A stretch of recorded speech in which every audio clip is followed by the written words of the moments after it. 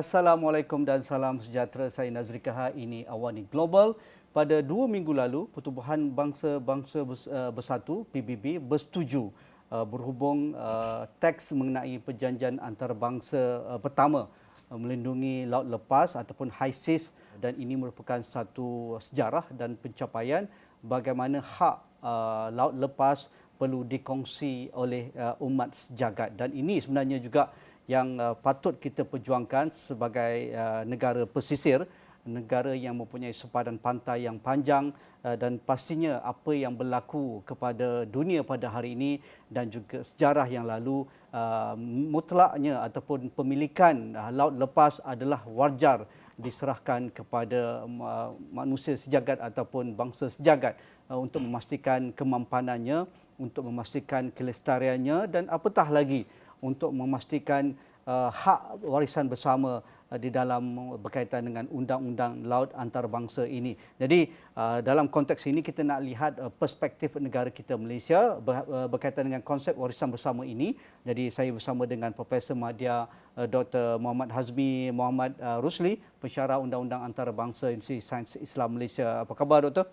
Alhamdulillah baik. Sesuai untuk kami di Awani mengangkat topik ini kerana kita sudah lihat banyak perkara berkaitan dengan hak berkaitan dengan sejagat ini seolah-olah dibiarkan, seolah-olah dikawal oleh beberapa buah kuasa besar antarabangsa.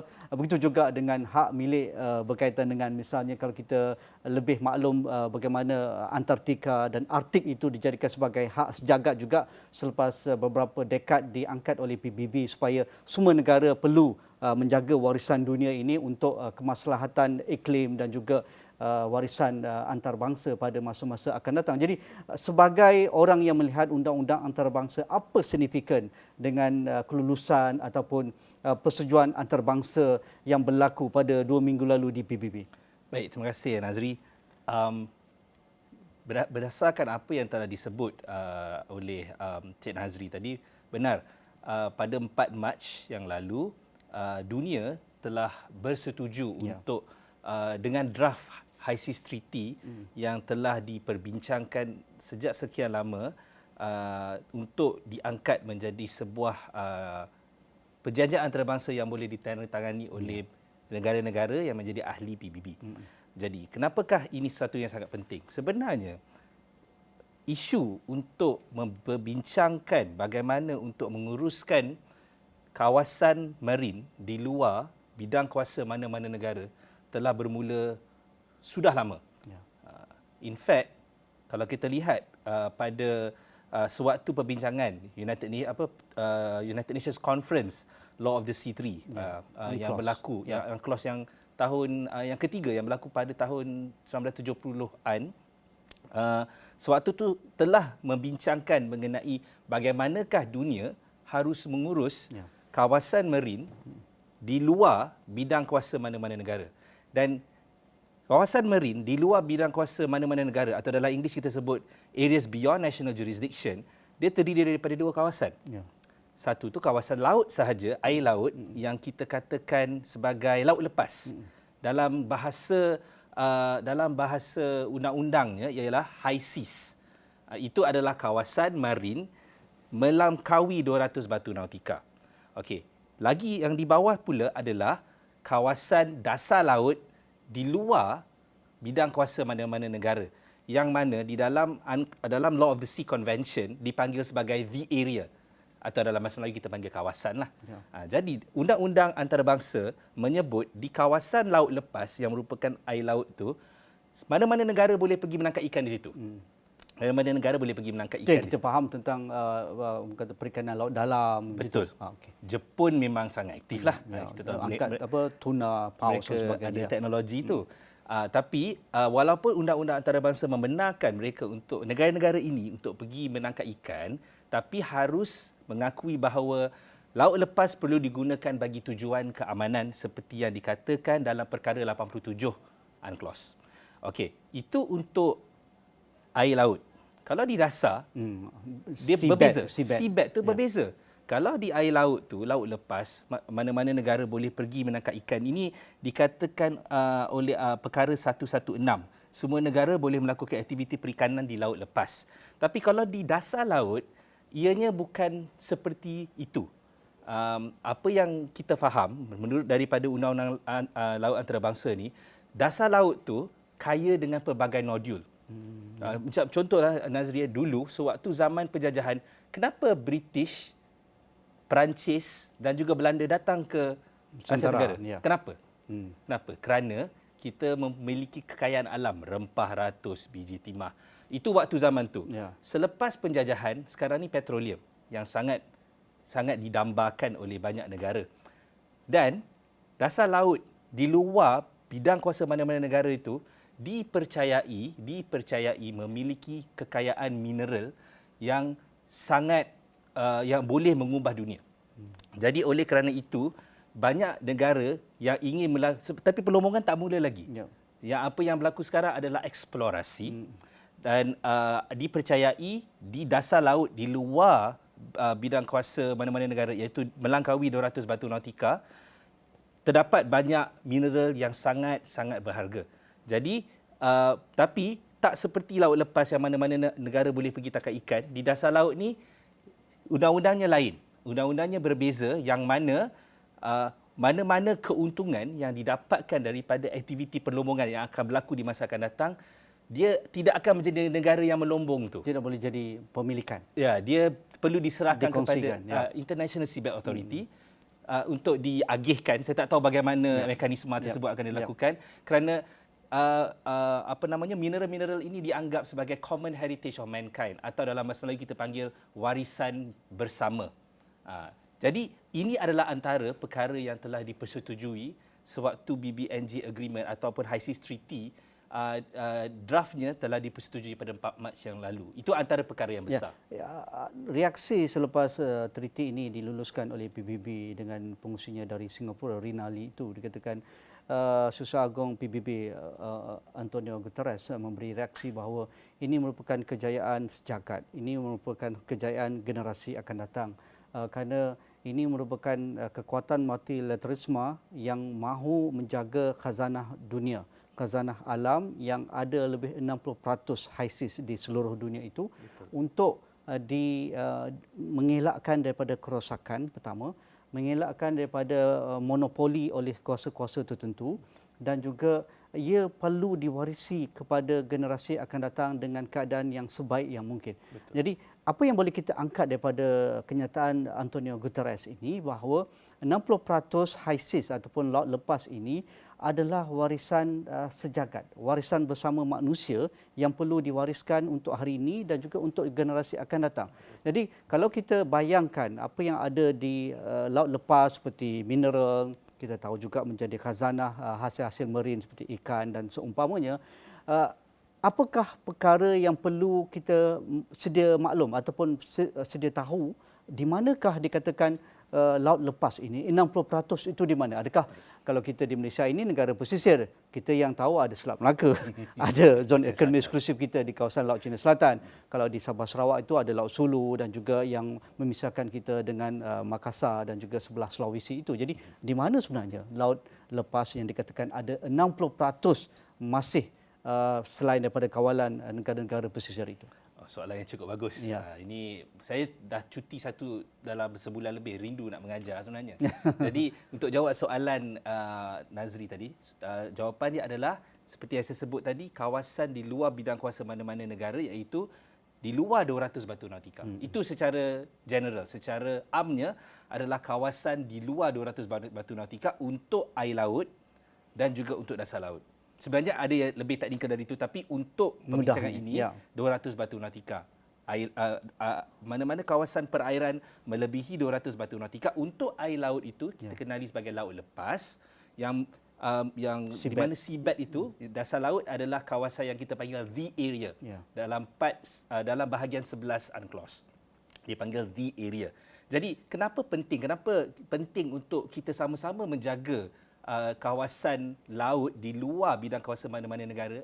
Kerana seperti yang saya sebut tadi, Undang-Undang Laut Antarabangsa membenarkan mana-mana negara pergi menangkap ikan di kawasan laut lepas. Tapi dengan satu observation bahawa laut lepas perlu digunakan untuk tujuan keamanan. Tapi sekiranya katakanlah tidak ada guideline atau mana-mana apa yang dipanggil sebagai bagaimana kita nak tentukan, katakanlah kalau kita biarkan negara-negara yang berkebolehan mempunyai teknologi untuk menangkap ikan di laut lepas, kalau tidak ada melakukan eksplorasi dan sebagainya. Betul. Katakanlah kalau tidak ada sesuatu yang meregulate, yang menjaganya atau yang membuat aturan, apa akan jadi kepada kawasan-kawasan yang sering menjadi kawasan penangkapan ikan bagi negara-negara yang mempunyai teknologi untuk menangkap ikan di kawasan laut lepas. Disebabkan itu, antara perkara yang telah dibangkitkan sewaktu High Seas Treaty ini dibincangkan adalah untuk establish, untuk mencipta kawasan marine protected areas di kawasan luar daripada bidang kuasa mana-mana negara. Marine protected area di Malaysia kita ada Pulau Redang, kita ada di pulau-pulau, pelbagai pulau di Malaysia, itu marine protected area dalam bidang kuasa negara kita. Kita boleh buat undang-undang sendiri. Benar, benar Nazri. Untuk di bawah kawalan kita, Ini di luar bidang kuasa mana-mana negara sekalipun. Saya di Pasifik ke, di Lautan Hindi ke, ataupun di Atlantik ke, sebagainya. Jadi memandangkan perkara ini masih lagi draft, saya tak tahu bagaimana mekanismenya. Sama juga mekanisme seperti yang saya sebut tadi, Common Heritage of Mankind. Tapi ini adalah satu kejayaan menunjukkan dunia bersetuju bahawa kawasan laut lepas perlu ditadbir, urus dengan baik supaya sama-sama boleh dijadikan sebagai warisan bersama manusia sejagat, seperti apa yang Nazri sebut tadi. Apa yang dikatakan tentang konsep warisan bersama manusia sejagat itu? Warisan bersama manusia sejagat itu adalah supaya semua negara boleh mengambil keuntungan dan benefit, faedah daripada eksplorasi, eksploitasi. Apa jugalah aktiviti ya? Betul. Contoh. Sewaktu zaman kita, negara-negara semua membincangkan Konvensyen Undang-Undang Laut Antarabangsa 1982, terdapat suara-suara daripada negara-negara membangun yang menyatakan, okey, kalau yang mampu untuk pergi laut lepas, yang mampu untuk buat ni semua adalah negara-negara maju yang mempunyai teknologi. Kaya. Malaysia baru merdeka waktu tu. Kita tak fikir pun nak pergi ke laut lepas. Sekarang pun saya tak tahu kita ada fikir ke tidak. Tapi insya-Allah saya rasa keinginan tu ada. Jadi, apabila negara-negara yang mempunyai teknologi ini pergi ke laut lepas dan mendapat resources, dapat exploit apa-apa resources di sana, yang akan mendapat keuntungan adalah negara-negara maju. Tapi apakah yang akan terjadi pada negara-negara membangun yang tak mempunyai kapasiti yang sama?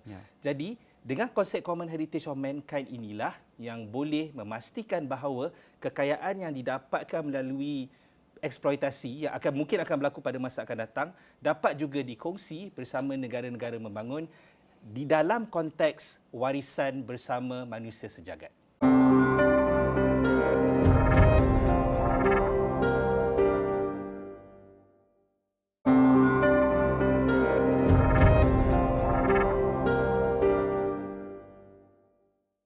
Apa manfaat kepada negara kita seperti negara kita Malaysia dan mengapa negara kita, negara ketiga dan negara membangun perlu juga berpartisipasi aktif dalam dialog-dialog multilateral seperti yang dilakukan oleh PBB ini, kerana dunia perlu bersuara dalam konteks yang sejagat, satu suara yang uniform.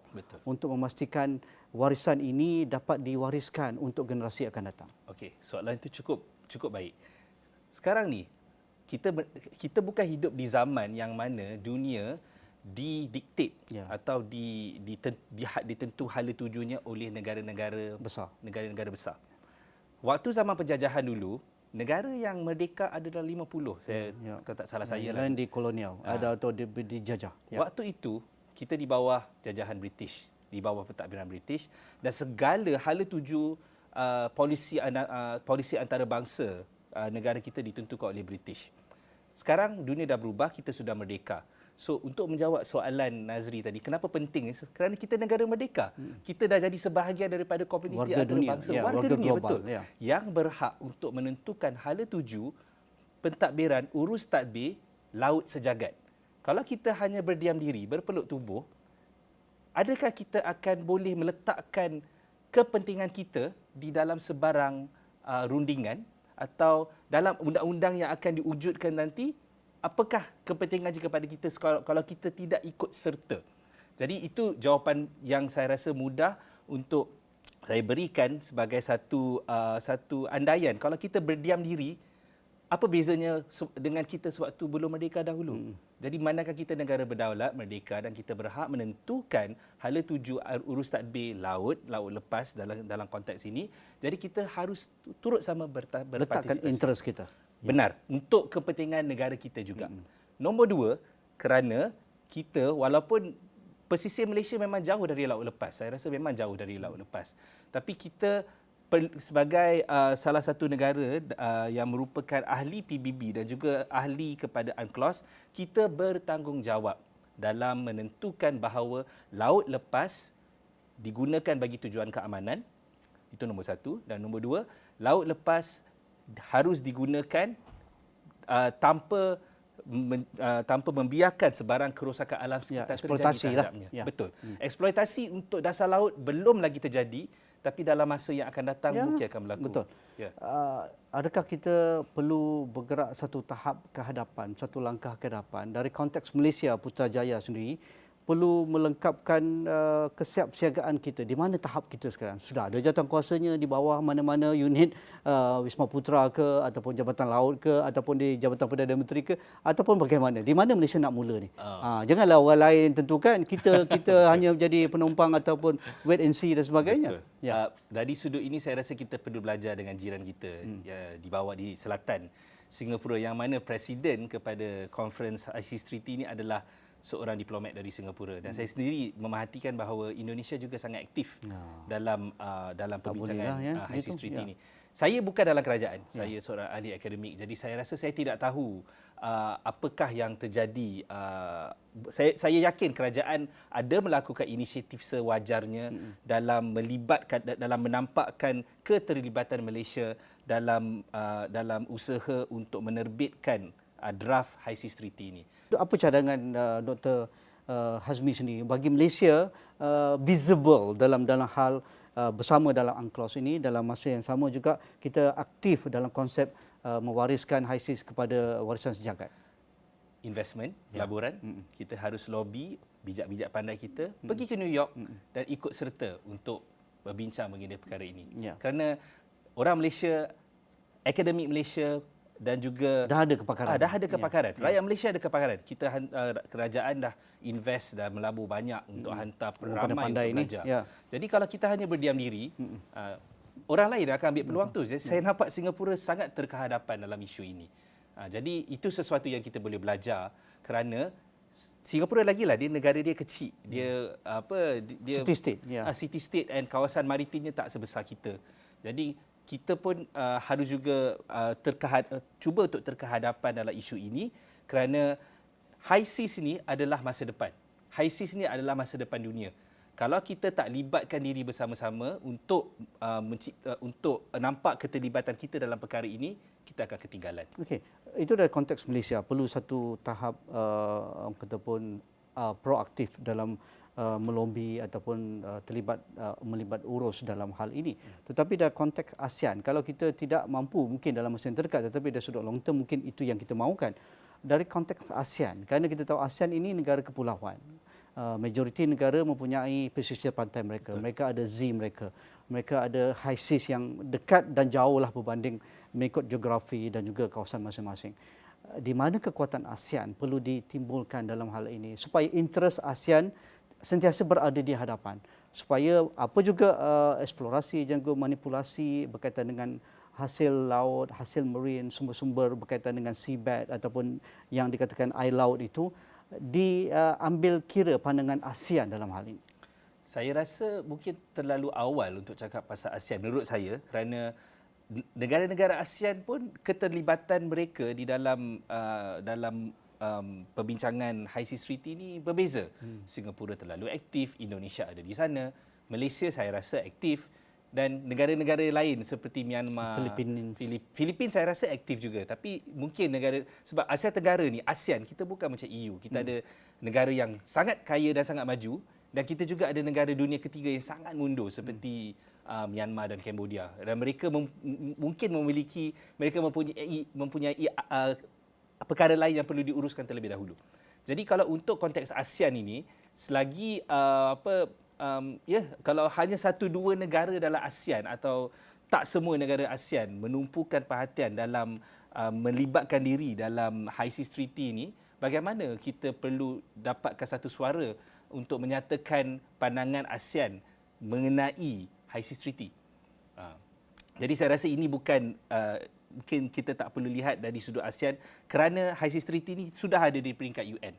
Jadi kita lihat di peringkat PBB itu sendirilah, dan itulah hasrat dunia mengenai HICIS Treaty. Ya, dengan termaktubnya perjanjian ini, apa langkah pertama yang perlu digerakkan oleh convention ini ataupun perjanjian laut lepas ini supaya ia nampak ada gigi berbanding hanya retorik, hanya persetujuan multilateral, tetapi dari sudut kerjanya masih cara lama, masih dikuasai oleh kuasa besar Washington, London ataupun EU berbanding apa yang wajar dunia memerhatikan dengan treaty ini? Saya pun sebenarnya agak sedikit nak kata skeptikal, tak skeptikal. Dia begini, sewaktu UNCLOS 1982 draftnya dah keluar, untuk menjadikannya sama juga seperti HICIS Treaty ini, jadi enforce kena ada 60 negara yang tanda tangan dan ratify 62 negara yang menjadi negara ahli kepada konvensyen tersebut.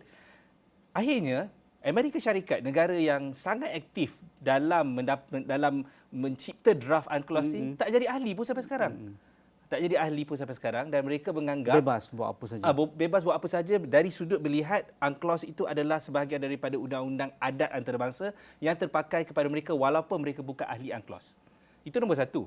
Nombor dua, kalau kita lihat ahli sendiri kan, ahli negara-negara siapa yang menjadi UNCLOS, negara anggota UNCLOS itu sendiri, China sebagai contoh. Sekarang menuntut kawasan yang sangat besar di Laut Cina Selatan. Adakah itu menurut kehendak undang-undang laut antarabangsa? Sebab Permanent Court of International Arbitration dah kata tahun 2016 tuntutan China tu tak sah dari sudut undang-undang antarabangsa. Jadi kita tengok kepada HICIS Treaty ni, HICIS Treaty dah siap.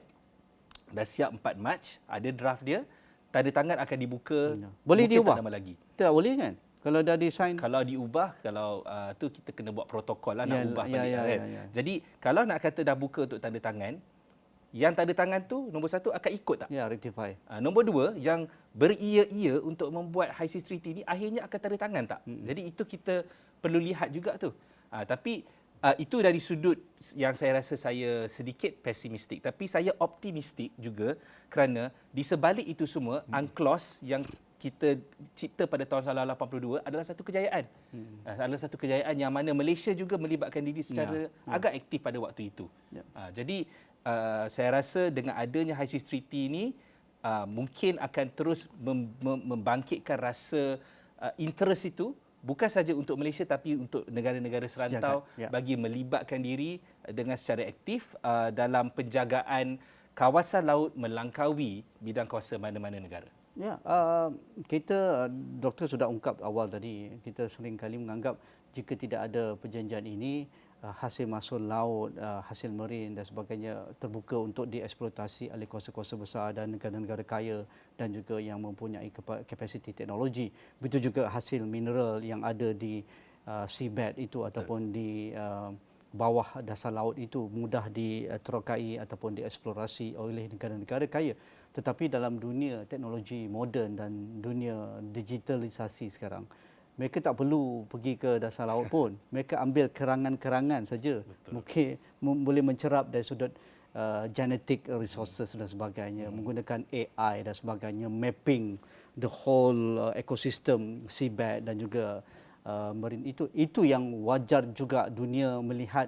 Perlu ada juga orang kata pun regulasi berkaitan perkara-perkara ini supaya mereka akan gunakan the grey area dalam perjanjian ini yang tidak mungkin saya rasa dibincangkan kerana pakar-pakarnya melihat kemampuan kapasiti negara-negara tertentu ada keupayaan melangkaui apa yang secara konvensional ini. Pandangan doktor? Pandangan saya rasa perkara yang teknikal tu saya rasa saya pun kurang pasti kerana saya yakin yang bincang HISIS Treaty ini bukan sahaja pakar undang-undang tapi saintis dan sebagainya. Tapi Jomerin dan saya sebagainya. tertarik dengan pandangan Nazri mengenai akhirnya akan dikuasai oleh negara-negara barat yang kaya. Kita kena tanya diri kita sendiri. Kita dah merdeka ni, dah 60 tahun. Kenapa kita tidak bergiat secara aktif? Singapura pun boleh dikatakan baru merdeka berpisah dari persekutuan, maksudnya jadi negara merdeka lambat sikit dari kita. Tapi wakil dari Singapura adalah presiden untuk HISIS Treaty punya conference. Jadi pada pandangan saya, kita kena tanya diri kita sendiri. Kalau kita tidak mahu negara-negara barat yang negara-negara kuasa besar yang berkemampuan menjadi dominan dalam perkara ini, kita juga perlu membuat pelaburan. Pelaburan kerana Malaysia bukan negara yang miskin, kita negara yang kaya. Kan? Kita negara yang banyak resources, bijak lebih banyak diplomasi, melobi dan sebagainya. Betul. Jadi kalau kita berdiam diri, akhirnya orang lain yang akan itu sudah dibuktikan ketika pentadbiran yang lalu apabila kita bersama dengan gerakan sejagat untuk menjadikan Antartika itu milik sejagat dan didengari oleh dunia. Sampai kita ada eksplorasi. Perdana Menteri sampai ke Antartika. Itu sangat betul. Jadi pusat kajian ada di institusi pengajian tinggi kita. Sangat menarik. Itu betul. Sekarang ni berbalik kepada hasrat kerajaan sendiri. Kerana kita pun tak ada sepadan sampai Antartika. Kita pun tapi kan suara kita kecil tapi didengari. Betul. Suara kita kalau kita lantang bersuara, sebagai contoh, banyak je negara-negara kecil, negara Eropah yang kecil, negara Asia yang kecil, bila mereka bersuara, dunia dengar. Bisa saya cakap, kita bukan hidup di zaman kolonial. Kita hidup di zaman negara-negara sudah merdeka. Jadi if we are firm with our stand, people will listen to us. Jadi itu yang perlu kita lakukanlah untuk sebagai respon pada soalan. Menarik. Saya rasa kita perlu ada follow up diskusi lagi dalam perkara-perkara teknikal. Mungkin selepas ini komiti ini akan terus bersidang untuk memberikan pendetilan ataupun mencerakinkan apa yang sudah pun dimeterai pada 4 Mac yang lalu. Terima kasih Profesor Madya Dr. Muhammad Hazmi Muhammad Rosli, pensyarah Undang-Undang Antarabangsa Universiti Sains Islam Malaysia ataupun USIM. Kita berbincang tentang perjanjian laut lepas, tentang konsep warisan bersama manusia sejagat. Sekian. Assalamualaikum. Kita jumpa lagi dalam Awani Global.